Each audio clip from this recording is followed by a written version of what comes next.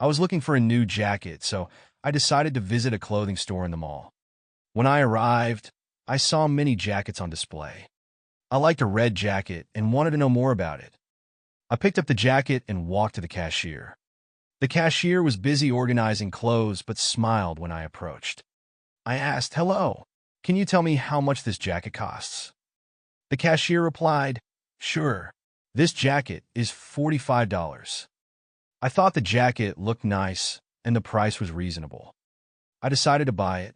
I took the jacket to the cashier and said, "I would like to buy this jacket, please." The cashier took the jacket and rang it up on the register. The cashier said, "Your total is $45. I gave the cashier a $50 bill. The cashier took the money and returned $5 in change. The cashier said, "Here is your change. Thank you for shopping with us." I said, "Thank you. Have a great day." The cashier put the jacket in a bag and handed it to me.